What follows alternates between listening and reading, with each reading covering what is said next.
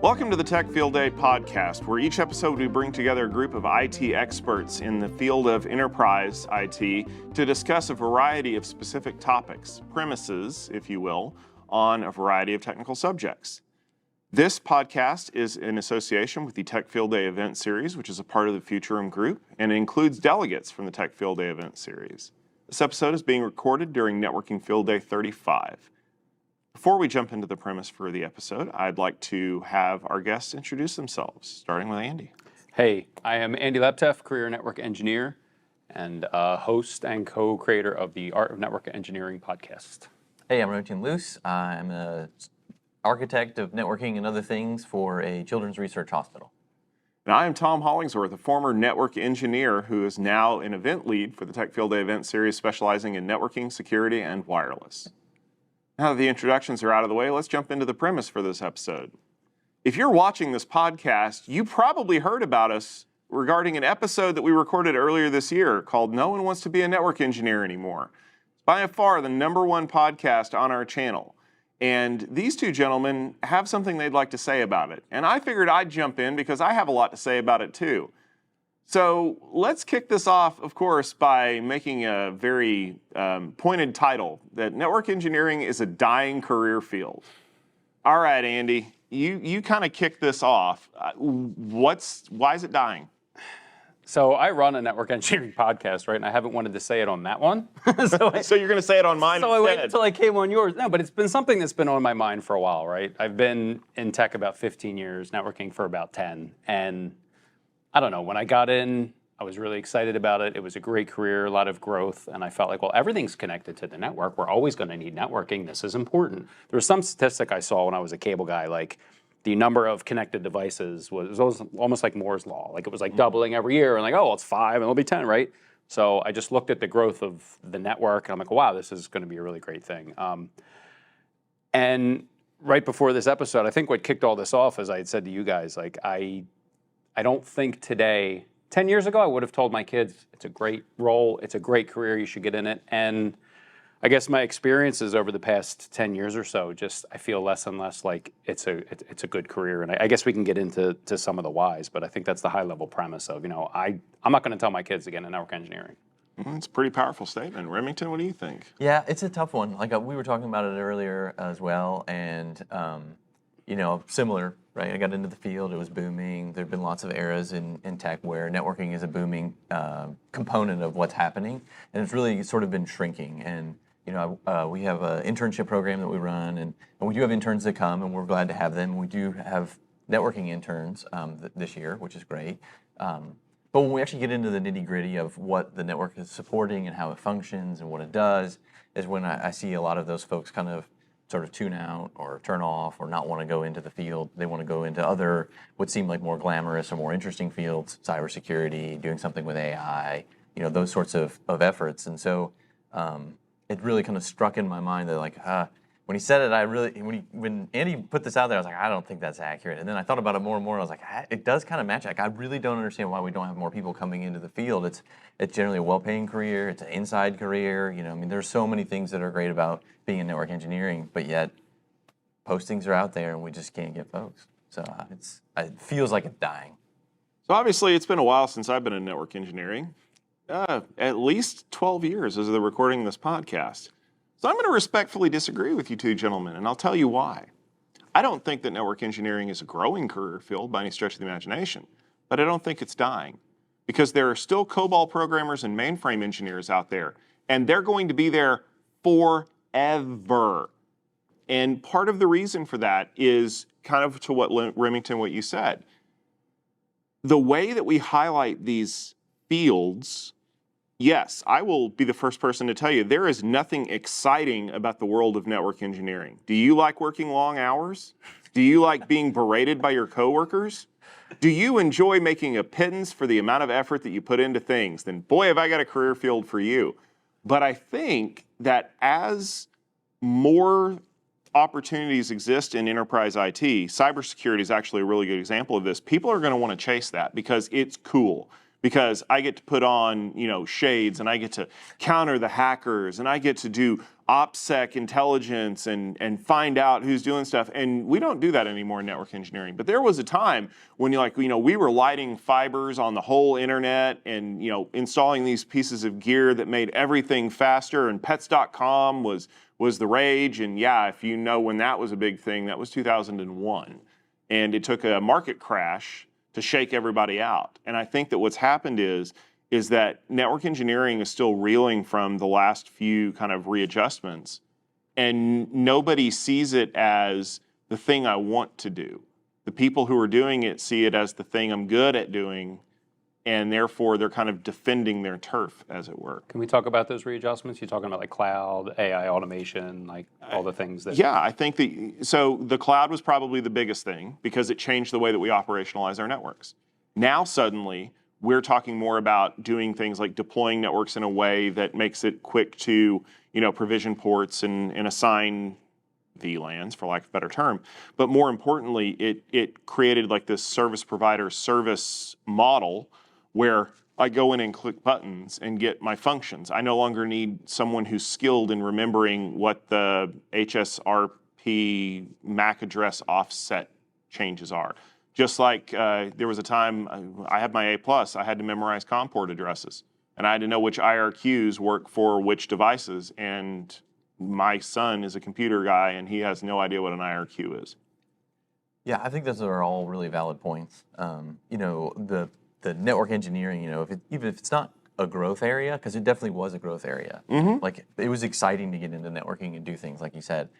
If it's not a growth area, though, I feel like there is a natural attrition component that really does turn it into the dying side of the career ladder, in much the same way that COBOL or Fortran or one of those others. Like, totally agree. They're not going away. I mean, IBM still sells mainframes. So technology is going to be here for a long time, and I respect that. And there will still be network engineers. There will still be a need to do networking. But as in terms of a career path, right, as in I'm going to start off maybe in help desk or some other lower IT or technical function, and I'm going to move my way up, and I'm going to graduate into being a network engineer, it doesn't really feel like that's a thing anymore. And when we were talking earlier about network engineering, it's like, okay, well, if I'm going to deploy automation, I need automation in order to allow me to go do higher value things. But what are those higher value things that I'm going to go do? So I feel like a lot of the network engineering component has either been commoditized out, because we're consuming it through cloud or some other factor, right? Or it's been moved into a different role that's handled by someone else. And it's not really what we think of or what we have historically called network engineering. The other thing I would say is that I feel like there is real engineering that happens in networking, but for a lot of environments, we don't really have to do that much real engineering the way that you did before, right? Like thinking through what our oversubscription ratios were and how we were going to handle routing and how do we handle tuning. A lot of that stuff has sort of been abstracted out of it. And so the real engineering component of it has been fading in my mind.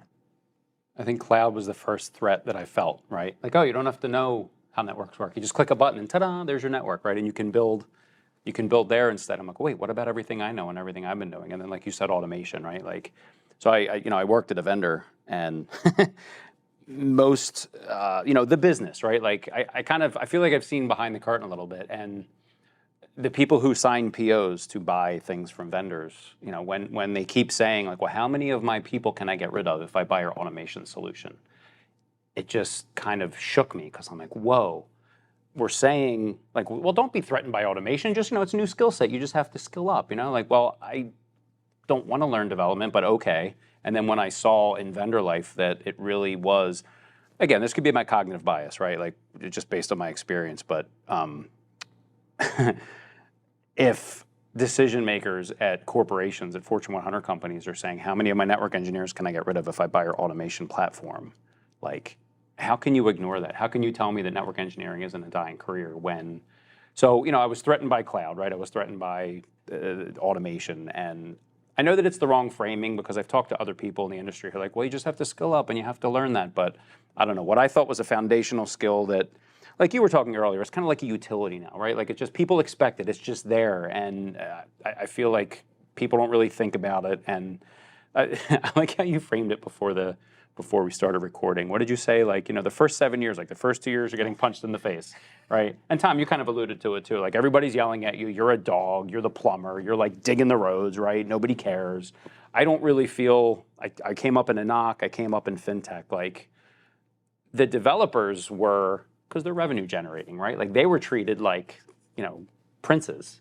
And the network people, it was just a different culture. Like, you shut up, you get on the phone, you get it fixed. Like, what are you doing? You're a call center. So there's just a big culture. I think, how can I tell my kids, oh, you'll spend the first 5 to 7 years like working 3 maintenance windows a week and on call and getting called away from your family when things break. Like, it's not as sexy as, like you said, cybersecurity, right? Getting the hackers. But cybersecurity faces the same problem. You're not going to go out and be the rock star on TV telling people how Apple got their iCloud passwords hacked. You're going to spend a lot of your initial career weeding through syslog, and you're going to be doing a lot of DFIR stuff, but not the fun stuff.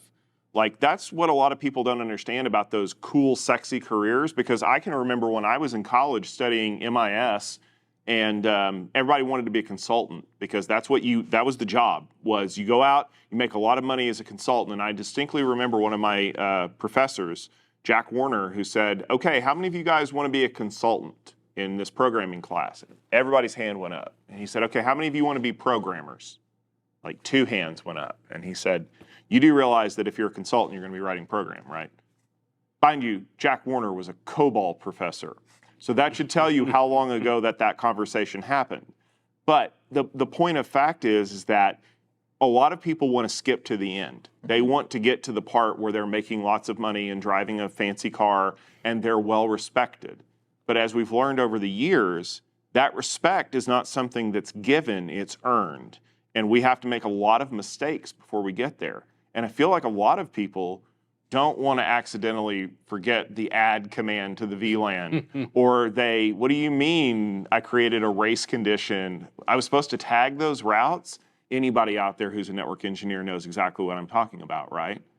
But we get to that point where we understand that. And as much as we try to impart that to the junior people that we're mentoring, sometimes you've got to make that mistake. Yeah, I think that's a huge point too. Like, I mean, it's very difficult. All of us made a lot of mistakes. Like, I mean, it's fun to sit around and talk about the blast radius of your worst mistake, right? And compare war stories. But I think as well with businesses, because the network, right, because the infrastructure has become so much more critical to what business does now, the tolerance for failure and mistakes has declined for a lot of folks. And we can talk about why that shouldn't be, but I do feel that that's kind of a common thing. And so I feel like there's less space for those folks to make those errors. And so I think it feels less and less forgiving as time goes on. But at the same time, we also have access to a lot more resources than we did in the past, where they just assume that if you've consumed everything there is to know about this particular topic, you shouldn't make those mistakes in the first place. And yet we still do. Yeah, I think that's another excellent point. The other thing that I was thinking through is that a lot of the networking that historically, at a smaller company, you would have someone who could do some networking or have some network engineering skills. I think a lot of that is kind of going away, though. I mean, kind of coming back to the idea of it as a shrinking career field, because stuff has gotten good enough, right? I mean, infrastructure has gotten good enough. The switching capacity is enough, right? So you don't really have to replace as much. You're not doing as much maintenance. Once it gets in and it's stable, it works. And the revolution in advancement in Wi-Fi really means, like, once the Wi-Fi's up and it's functioning, no one needs to touch it, right? The SaaS, the cloud component, the consumption of those services, that moves a lot of that kind of out of our hands. And for those junior folks, for those early folks, right, that kind of goes away. So yes, there's still artisanally crafted networking that has to happen with genuine, real engineering. But for a lot of those entry, more junior folks to get started in simpler, more basic environments, which we all potentially had the opportunity to probably do, I feel like a lot of that's going away. And because of the drive of the importance of the network, I also think there's increasing concern or drive to make sure, like, no, we need experts to do this, right? We're not going to, I get that you're interested, but this is important to our business. We can't let you mess around with this, And so that cuts off that capacity for those folks. So wait, you're saying that prod is not my lab? Everybody has a lab, Tom. Some of us are fortunate to not have it be in production. That's fair. And I hope I'm wrong. I love network engineering. It's much better. I was climbing ladders, getting chased by dogs, and yelled at every day as like a cable guy. Like, and then I went into network engineering, and almost doubled my salary. And like you said, now I'm sitting at a desk. I'm not in the heat on ladders and stuff. So it's been a really good career for me. And maybe this is just what happens over time. We just kind of get cynical and jaded, and like, oh, back in my day, right? It feels. I see a trend in the industry, and it just concerns me that the network, our skill set, to me, just seems less and less valued or important or respected over time. And again, it could just be my cognitive bias on it, but it just feels weird. Let me pose this question, because it's actually one of my favorite little stalking horses of the whole thing. Part of the reason why our jobs have been so hard is because of the way that all these protocols interact together, right? We've had to do the whole, this one's running OSPF, this one's running ERGRP, we got to get them to work together. We've had to configure HSRP, VRRP, split brain, all kinds of this stuff. And then we said, enough is enough, and we're going to fix this so we don't have to do it anymore. Did we engineer the engineering out of the network? I think the answer to that in many cases is probably yes. Like we've tried to. I mean, businesses. Because people are expensive, the skill sets were hard. They were rare, right? So I mean, that made it exactly what it was—a very valuable, expensive thing to maintain. And so there's a lot of effort, obviously, to chase that and to make it less expensive, more reliable, more consistent, and all of those things sort of pull back on the engineering component. And it's not to say that network engineers can't provide value to the business. I don't think we're arguing they can't. I think the real conversation is just there seems to be a need for more of us, but there aren't more of them around, and it doesn't seem like a lot of people are moving into it. And maybe it's because it is reliable enough, and we have engineered that difficulty out. Maybe we should have never put it in the first place. I don't really know that was much of an option, but I don't know. And you made me think of like when you said the business, right? Like I'll push back on that a little bit. We had network standards, like places I've worked, and there's a way to do things, and it's the right way to do. But then this BU shows up, and they got $50 million from a client, and we have to build this thing, and it has to be built in 2 weeks. So we're going to circumvent as many standards as we can because we got to get it up because this new app is ready, and the timeline expired on something else, right? And like so the technical debt that was built up, at least in places I've worked at, created this complexity so that we went outside of our standards. And then someday, if you do that long enough in enough places, right, you're in a maintenance window, you touch something, it blows a bunch of things up, and then they're pissed off at you. Well, the business pushed us into bad decision making. We knew what was right, but they said, no, we have to do this because of money, and then that caused problems. So like to put that on network engineers, I don't think is particularly fair because the business drives all those decisions. So I'll push back on that a little bit because why did the company come to us and say this network has to be turned up in 2 weeks? Because we could do it. Oh, yeah. So if you don't believe that the problem with network engineering is the fact that we have the capability to do the things that are impossible, go ask the accounting department to get that invoice paid early.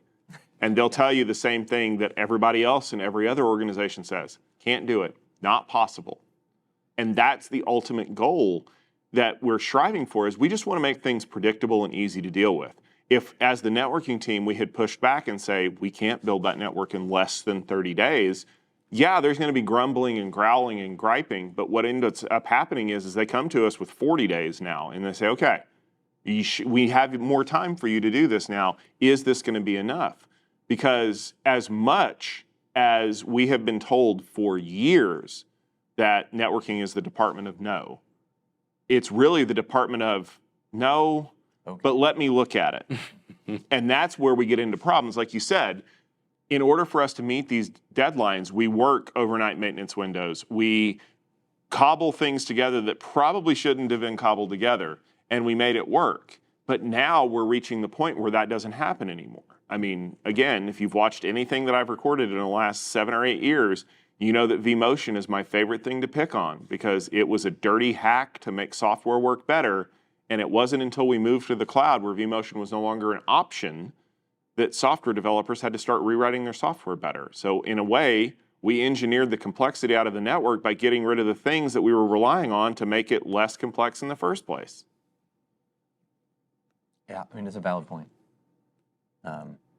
It's a valid point. So what can we do to make network engineering more exciting to people so they actually want to do it? So we talked a little about this yesterday. I think for from my perspective, a lot of what we have to do, I think, is actually be passionate about it in a positive way. I think a lot of our general demeanor can be off-putting to new folks, right? We talk in jargon. We talk about the late hours and the maintenances and those sorts of things. We talk about being on call, right? So we tend to kind of, when we navel gaze, we tend to focus on negative things, as all people do, right? But there are amazing, great things about being in network engineering too, right? I mean, generally speaking, you get paid well. Like I said, you get to work inside. And yeah, you do have to do maintenances, but increasingly there's a flexibility that comes with that, with remote work, with a flexible schedule potentially, right? So yeah, I do have to go back and do maintenance from 10 to 2, but it also means that when my kid comes home at 3 in the afternoon, I can pause for 40 minutes and go hang out with my kids, right? Or I can shift something else around in order to, in order to go do something I want to do in my regular life. And there are a lot of professions in which you cannot do that, right? Even professions that you get to work somewhat remotely for. So there are a lot of upsides to it. I do think that there's still a lot of potential value that can be driven to businesses from quote unquote network engineers. And so I think highlighting those, highlighting how you can provide value into an organization and demonstrating that to a younger group of folks is a way to move forward. I think it's on us, right? Like it's why I create the content I create. It's why I do the podcast I do, or trying to tell the stories of people in the industry to create awareness, to get the word out there. And like you said, technical jargon. Like I had a thought coming in on the flight here, like if there's a way that we can make, Alexis Berthoff, she's always about, how can we make network engineering cool again? And I think we have to relate this technical jargon that doesn't make sense to anybody. Like if we can make it funny or entertaining or relatable. Like I was telling you last night, my wife played basketball, so if I'm trying to explain something technical to her, I always relate it to something that she knows. Like if we can relate what we do and the protocols and the silliness to something that the everyday person can relate to, it might seem a little more accessible to, I don't know, the senior in high school looking for a major, or maybe somebody in college looking for, because it is a very kind of, I don't know if esoteric is the right word, but just this weird techie kind of thing that like doesn't make sense to most people. I think it's on us, the people public facing, that do the job, if we can communicate our passion and the cool stuff about it and kind of make it a little entertaining and maybe funny here and there to get people's attention and go, oh, okay, that actually sounds pretty cool. It might turn the tide, right? I don't know. Beyond us going on a high school tour talking to seniors about how great networking is, I don't know what else to do, right? I think it's important that we step forward, especially the people who have been doing this for a while, and act more as mentors and teachers than gatekeepers, because we've seen this a lot in technology. How many times have we recorded podcasts that say technology X is going to take your job away? It's not. Okay, sorry, let me rewind. It's going to take your job away if you're bad at your job, because that's the thing that always happens. The storage admins and the virtualization admins became cloud admins. The bad ones didn't. They went off and did something else. Just like the bad network engineers are going to go off and be cybersecurity experts or AI prompt generation experts. And the ones who really have a passion and who want to do the job are going to stay there because they know they're good at it, because they know they have good capabilities, and they want to make sure that there's something for the next generation to do. And I think that in a way is good, because shaking the tree does let the bad apples drop every once in a while. And I'm not saying that the people who are bad at their jobs are not bad intentionally, but maybe this is just not a good fit for them. And this is something that we see across all organizations, everywhere, is that people who are just in it to make a quick buck do the minimum amount of effort necessary to get something done. And when the next opportunity arises, they're off on that journey. And you all know those people because they hit you up on Facebook every time they are invested in a new MLM, and they're trying to make some quick bucks on that. Just look around at the people who are lifelong doctors, lifelong lawyers. We say those professions because they have kind of a gravitas to them. In fact, engineering as a profession, a lot of my friends are legit like civil engineers, mechanical engineers. Yeah, I get a lot of crap from people online because I tell people I'm an engineer, and you're like Canadians especially. If you say I'm not a professional engineer, I'm a play acting engineer, but we still hold those professions in kind of a high esteem. Wireless engineering, network engineering, cloud engineers, AI prompt engineers, not so much. But I think we need to do more outreach of making sure that people know that this job isn't going anywhere. Yeah, you're right. We're probably not going to mint 1 million new engineers next week. But I also remember at one point in my learning career that MIS was the largest single major on the University of Oklahoma campus. We had something like 2,500 MIS majors. 3 years later, there were 200 of them after the dot-com crash. Because what happened is that everybody looked around and suddenly realized the quick bucks aren't here anymore, and they vanished and left it to the real folks. Yeah, I think that's a really interesting and salient point, right? Which is talking about it, but also making sure that people understand, like, hey, passion, our interests, those are all things, but also this is kind of an advanced trade, and like all advanced trades, you're not going to move there, to your earlier point, in a single year, right? Like, this is going to be a journey. So you need to understand that, and you need to sign up for that, and you need to understand that, yes, you will get to the point where you get to have all the things that you want, the flexible career, the work from home, a really high-paying job, all those things. That absolutely can happen. But you're going to have to work a while before it hits, right? Like, it doesn't have the appeal of trying to make a quick buck, but to your point, a lot of those other roles don't have quick bucks either. It just, in certain markets, there is a greater scarcity, I think, of technical competence than maybe in network engineering, and maybe this is part of the situation too. And so with even less skills, you can still get paid really well, right? And so I think there's a little bit of a balance that's maybe happening there too. But I'm glad that Andy continues to make great content. I'm glad that, Tom, you continue to make great content. I'm glad I get to join the content once in a while to try to help share my passion and my interest in it. I think this conversation changed my mind, because I'm thinking I flew across the country to come to networking field day. I spent 6 hours on the plane studying for my CCMP. I've talked about nothing but networking for the past 2 days. So maybe dying is an overreach of, I think that you've brought up some really good points, you two, to kind of make me rethink. There's always going to be network engineers. Like you said, there's COBOL and mainframe folks. But it's changing. And change is scary, and I don't like it. I mean, that's ultimately the reality of it, is that we don't like change. We don't like seeing things that we've invested effort and time into changing underneath us, and we're uncomfortable with it because it's not the same anymore. But maybe that's part of becoming a mature, growing person, is that we've hit a comfortable point in our careers where we've solved a lot of the problems and we don't need to look for them anymore. Now, it's the people who climb to the top of a mountain and enjoy the view for a little bit. But there's always going to be that group of people who look around and go, yeah, but there's a mountain over there that's just a little bit taller. And if I start now, I can get on top of it before the storm hits. And I think that we, as network engineers, need to encourage more of those people to be a part of our industry and our part of our career path, because the people that rest on their laurels are always going to be looking for a way down the mountain as quick as possible. But the ones who want to climb that mountain over and over again are the ones who will feel a greater sense of self-worth when it's all said and done. That'll just about do it for this episode of the Tech Field Day podcast. I want to thank our guests for joining us, and I also want to thank you, our audience, for listening in. Remember that you can find the newest episode of this podcast by going to techfieldday.com/podcast. You can also subscribe to us in iTunes or your favorite podcast application of choice. If you do, please leave us a rating and review so everybody kind of knows what we're all about here and they can enjoy it just as much as you do. We'll be back next week with another great episode. And if you'd like more information on the Tech Field Day event series, which spawned this podcast, check out techfieldday.com for more. We'll see you next week.